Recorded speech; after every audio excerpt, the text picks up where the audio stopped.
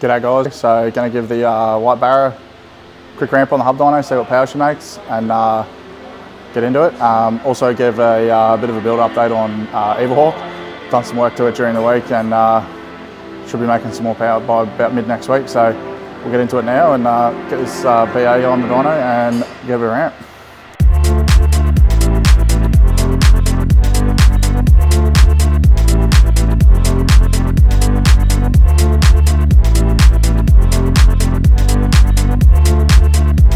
Righto, she's all bolted up.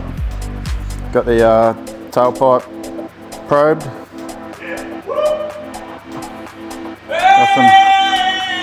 Got some wild animals crossing.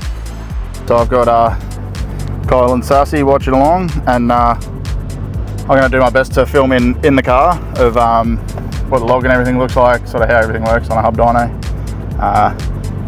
while we're going. So just ignore my background. Just been logging with HP tuners. Nothing's really set up. I just got like timing and stuff like that for now, so that'll do, just so I have some indication of it. It's tuned with PCM Tech, so not really sure what the logging situation is with that. But anyway, we'll get this tacho set up on the dyno and get into the first pull. I'll just do one take. Get her in a third gear. Third gear, 3000 RPM. Alrighty, ready to roll. Let me just get this other keyboard situated. All I gotta do is press spacebar to start, spacebar to end.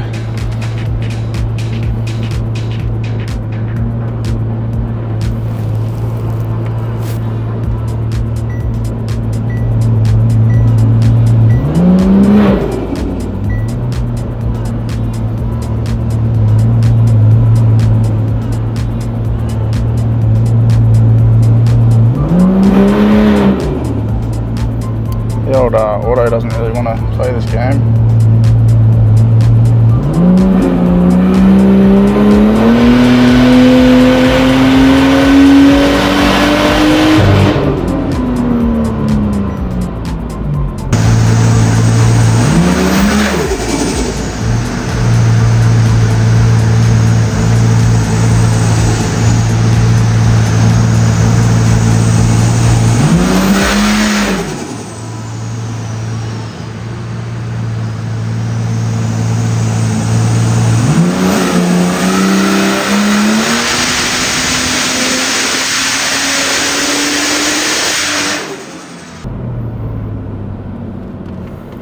So she went, the old auto sort of flared a bit here, but she went 386, do another pull, see what it does.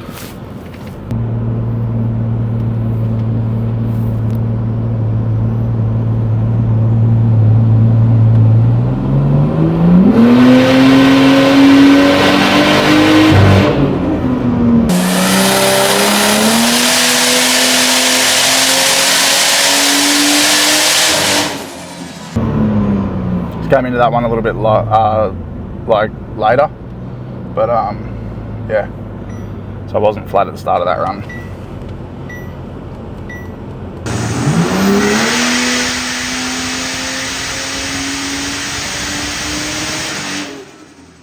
Alright, there you have it guys. So 3 runs. I fed the converter into it a little bit differently each run.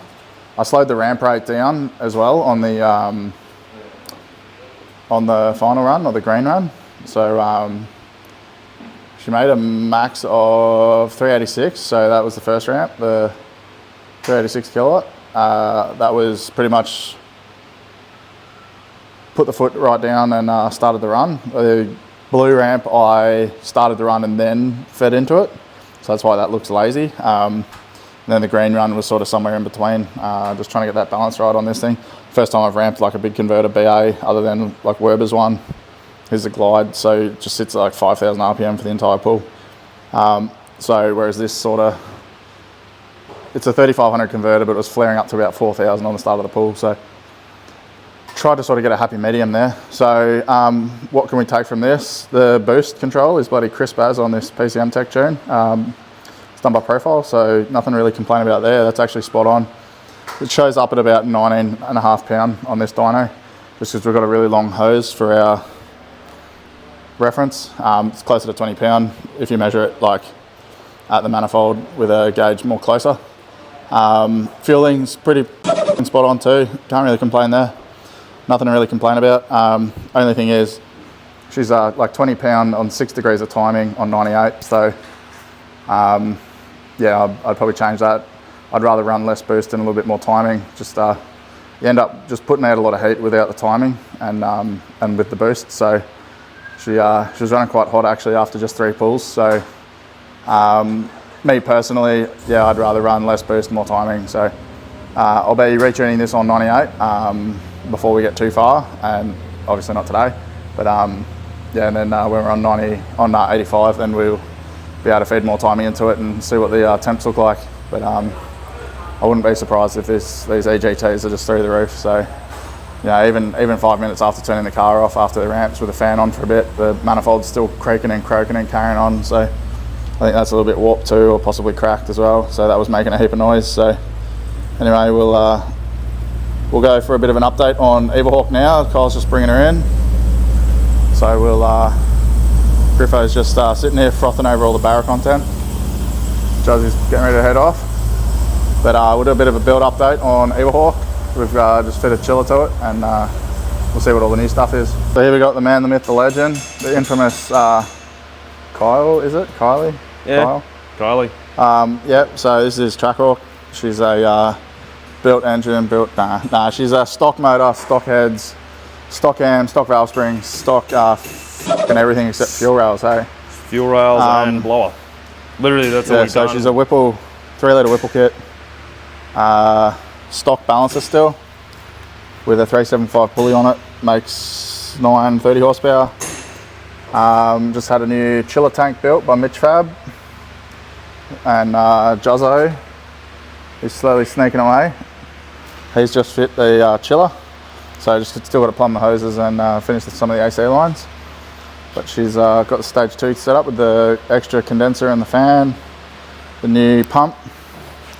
What brand are the pumps? They're not what are they? Pierberg, are they? What are the pumps? Don't know. They are Pierberg now, aren't they? Yeah. So the new Pierberg pumps, not the Stewart EMP pumps. Gone are those. Noisy buggers. These ones are quiet. Flow a lot more water. Yeah. So once we pull it down again, down to the 325, we should see. So we've already made 1,037. We should see 1,050 probably plus. What do you reckon? What are you hoping for? Oh look, I just want those intake air temps down, to be honest, at the moment, and then safely until we get this built motor. That's the other thing as well, though. They're not that high because it is a Whipple. If we were pushing that much boost through a stock blower, we're like even ported than that. The intake temps were going to be a lot higher, so this is pretty efficient still. Oh, they are really efficient. So the intake temps on the dyno were only ever up to like mid 40s, so we should see those down in the high 20s or early 30s now after a pull. So that should be making a little bit better. But yeah, it was never really excessively hot, like like an LS with a 2650 running like 70 degrees. So yeah, other than that, it's pretty stock. It's just lowered. You got any B-Woody rear end stuff, or did that knock out?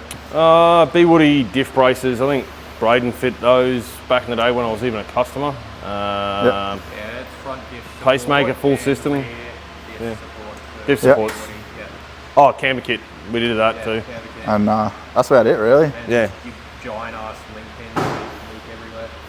Yep. And she just got a fuel pump booster on stock fuel pumps.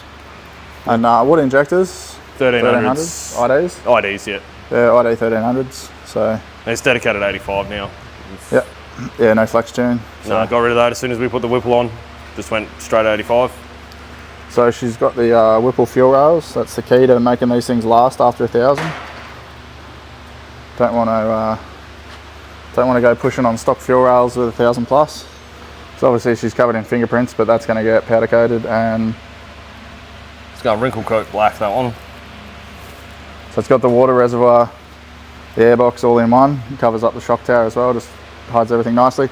Then on this side, it's going to be getting a custom catch can set up that's going to basically mirror the other side. That'll fit the catch can in there and have a bit of a trim over it, cover everything over, so it'll actually look really all tied together once you pop the bonnet. And then She's got a full built motor coming and built trans as well at some point. Yeah. So the goal is Low probably closer to nines. around the 1500 horsepower mark. Yeah. I want to get into the low 9s, 9.2, 9.1. So, Yeah. Wants to take a shot at the title. yeah, possibly. Close See to how it it. goes. Yeah. Depending on how the budget and the wife feels about that. But So if you see this big grey brick, this 3-ton brick just flying at you at 150 mile an hour, so just watch out because it ain't going to stop. Anyway guys, that's all I've got time for today, so I'll be back tomorrow for some more content. So this video will probably keep going, so pick it up tomorrow. Alright, so I'm back bright and early on the Sunday, going to chuck up the BA, reseal the turbo drain and change the front wheel bearings and give it a service, change the oil and top up the diff oil just to keep it running smoothly for the meantime.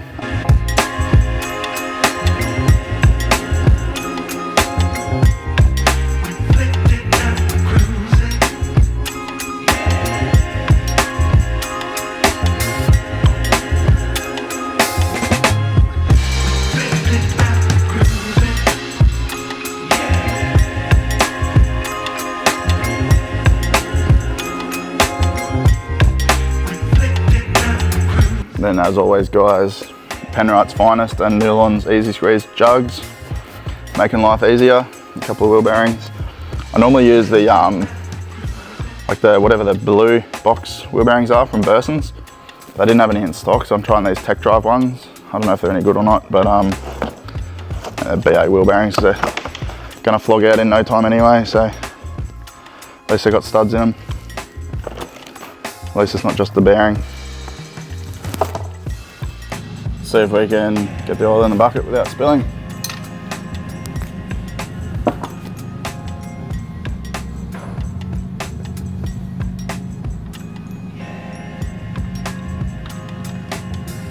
Oh yeah, helps when it's cold.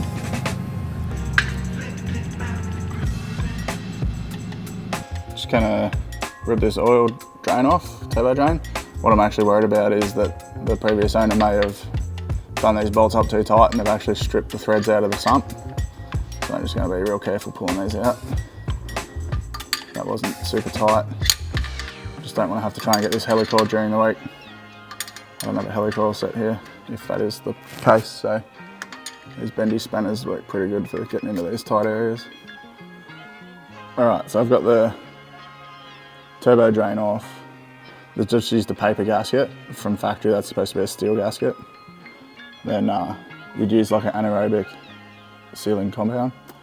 But what I'm almost worried about is the bolts I took out of it have got ends like these on them, and they actually may go in too far, and they may have, the end of these may have cracked through the sump and it's actually leaking through the bolts. But we'll chuck them in and see how deep they go, see if we need to cut them down or if we need to seal them. There's a lot of oil came out of those threads, especially on the top one. Gravity doesn't work that way, so. All right, so just excuse the dark video here, but I've got a torch stuck in the sump. So now when I turn it on, you see light up through those threads. So those bolts had no sealant whatsoever on them. That's the reason why this was leaking. So I'm probably just gonna scrape both surfaces clean and use an anaerobic sealant, and then use a thread sealant on the bolts, and that should have her sealed right up with no further problems. I'll see if I've got a turbo drain gasket here. I really don't think I will though. I thought it was going to be a steel one that was already fitted, which are usually recleanable and reusable, but we'll see how we go. You wouldn't bloody read about it. We've got a Mitsubishi turbo gasket on the shelf. The hole is the same size, the bolt spacing is perfect. The only problem is the bolt holes themselves are smaller. So I'll have to take a step drill or something to it. Being a stainless gasket, these don't fit through. So I'll try a step drill first, see how that goes, and see if we can get those opened up without destroying it. So here goes nothing.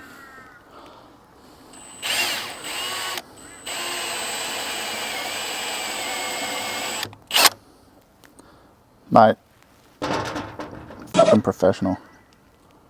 Oh, hang on, we've done nothing. Let's take another go. Didn't actually do anything. One more size.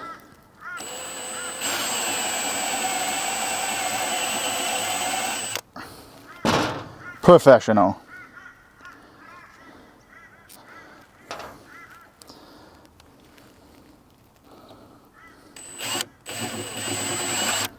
Ow.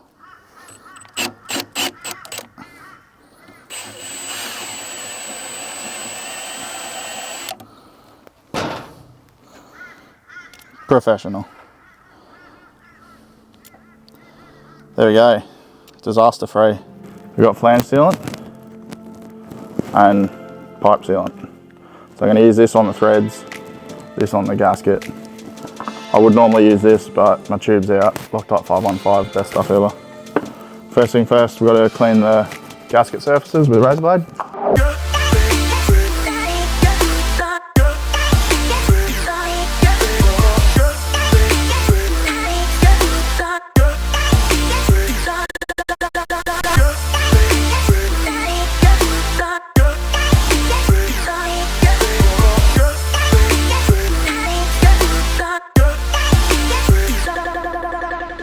Use if I rage and tell Kyle to get out of my face. Is this top bolt's going to be a bit fiddly. Actually, I might brake clean that one first again. Still had a bit of oil on it. Just need a little dab there. Little dab right through all the threads. The dab will do ya. And try and use the 515, but I think it's out.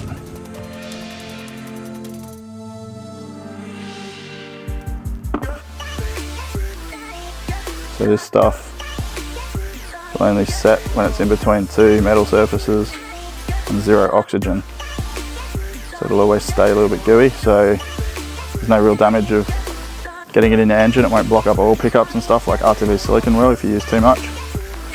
It's much safer.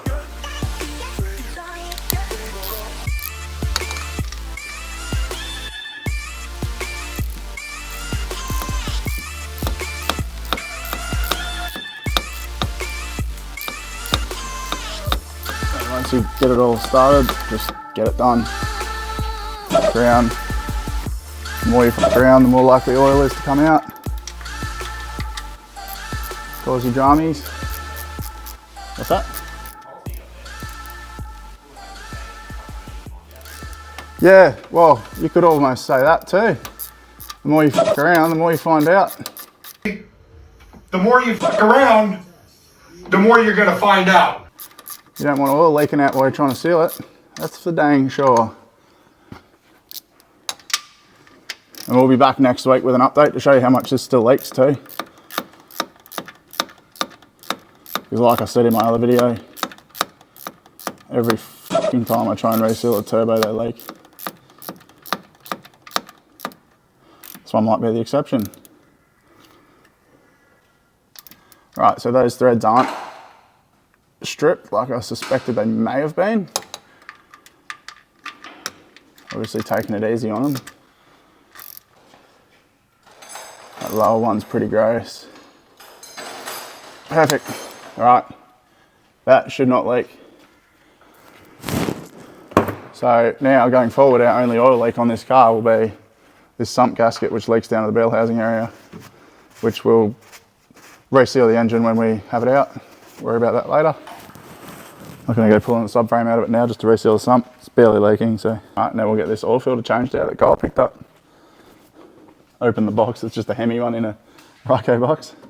Son of a biscuit. I already put Mitsubishi parts on my car, I don't want Hemi parts as well. I've already said that you're too scared of the power that it's going to give you. Too scared of dropping a fucking lifter. That's the old 6.4. They're the same filter, aren't they? Yeah, they are the same filter. So. This thing doesn't have MDS.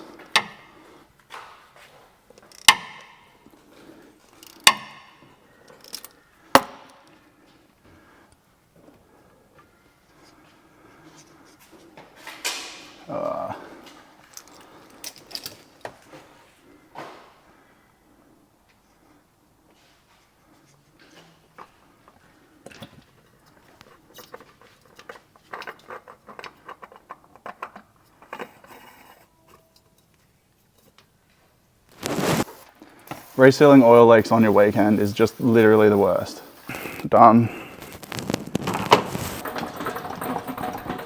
So I'm just going to top up this diff oil as well.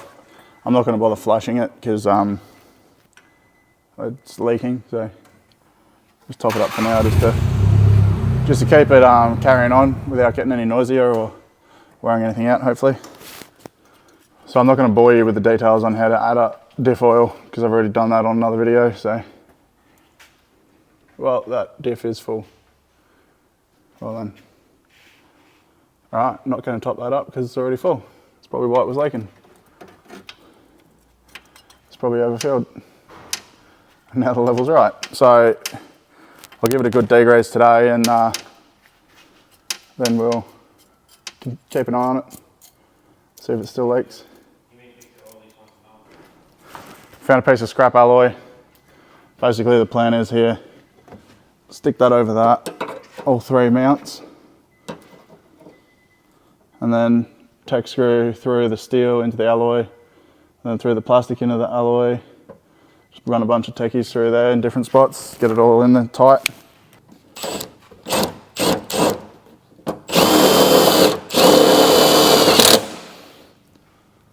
Alright, now I'll go get some glasses because I didn't already have some. That's better. Safety third.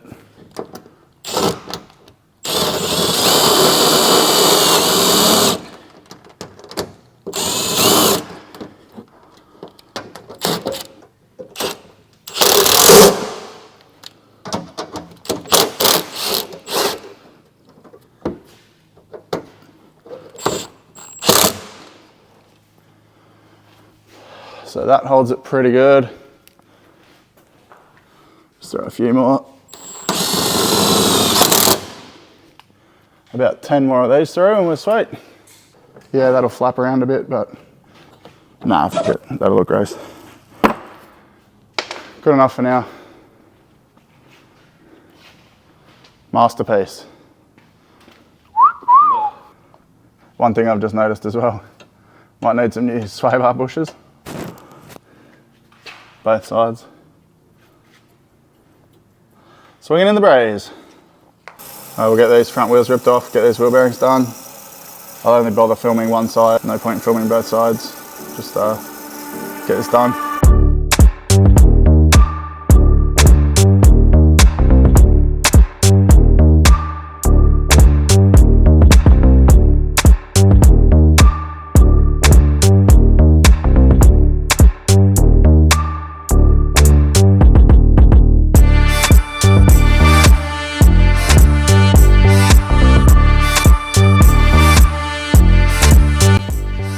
Pull the rotor off.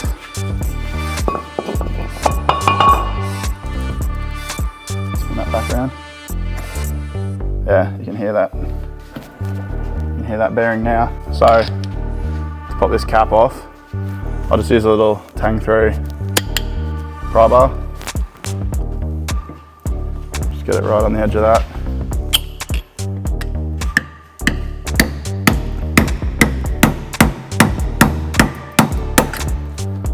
That comes 36mm socket. Comes that. You obviously need a big pry bar, a big breaker bar if you don't have a rattle gun that's any good. Now if you're lucky, they slide off in one piece, and we're not lucky, so we'll go with a soft hammer. Right, so you can either spend time belting it with a hammer or just use a 3-drill puller.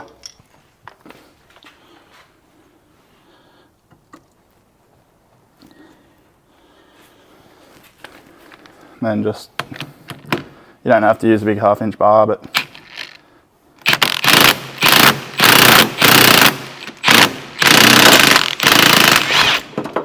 just pulls it off. A little bit easier, there goes all the balls. Now what you're left with here is the inner race is still stuck on. So that outer race had actually failed and had probably been spinning on that spindle. So we just got to chisel that off. Use the same chisel. You want to get in behind it and smack it. If you can't get it off with this, you can get it dead like a cold chisel and chip it. Once it's broken, then you can chip it off easier, or you could heat it up. It'll come off easier, but I feel like this will just come off pretty easy, I reckon.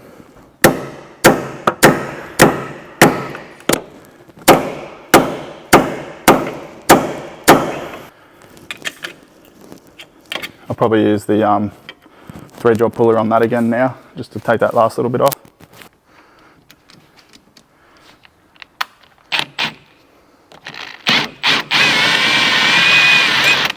Off she comes, a bit easier than belting it off. So that surface is not the greatest. I'll give it a bit of a clean up with some emery tape, but that's all she's going to need, and then chuck the new bearing on. What you want to do then is put this new one on. Just got to be careful because these inner races can pop out. So as you try and force that on, this one can pop out.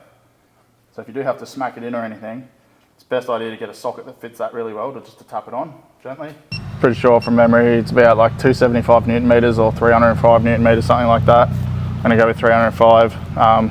If you don't have a fancy pants digital torque wrench, doesn't matter. Just FT with the rattle gun's usually enough. But I have a torque wrench, so I might as well use it. Just want to make sure she still spins and all that as you go.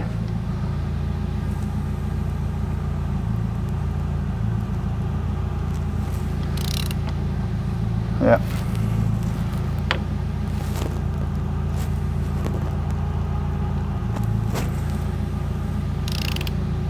$268,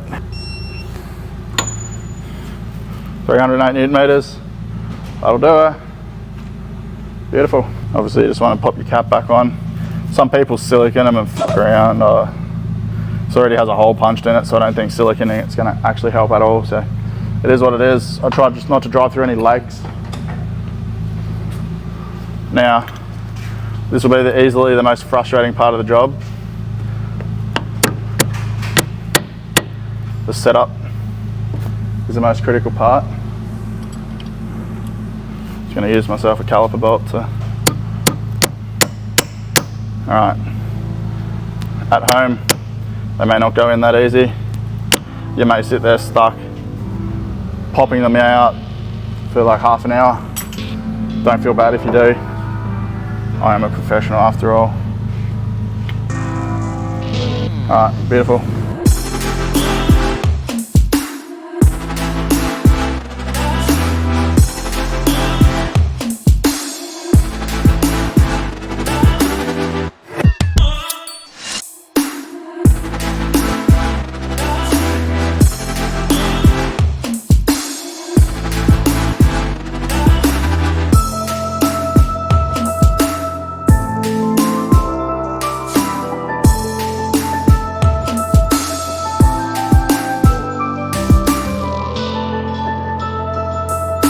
Well guys, what a bloody mission that was.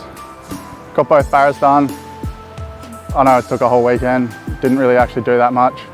But man, that oversized ball joints really fucking made me have an absolute hissy fit rage. Anyway, got the right tool, got the job done pretty easily, so good to get all of that maintenance done. New wheel bearings on the white one, new ball joints on the grey one, seal up some oil leaks, keep the cars running a little bit longer.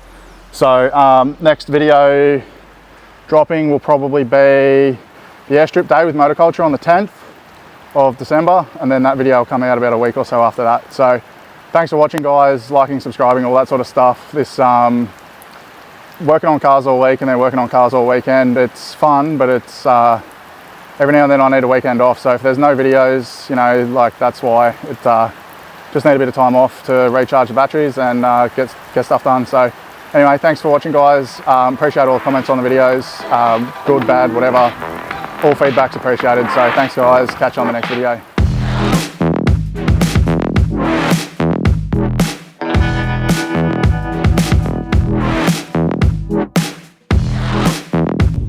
Alright guys, I'm heading off to Repco to get save the day for Bento because he hooked up and got the wrong filter. Back soon.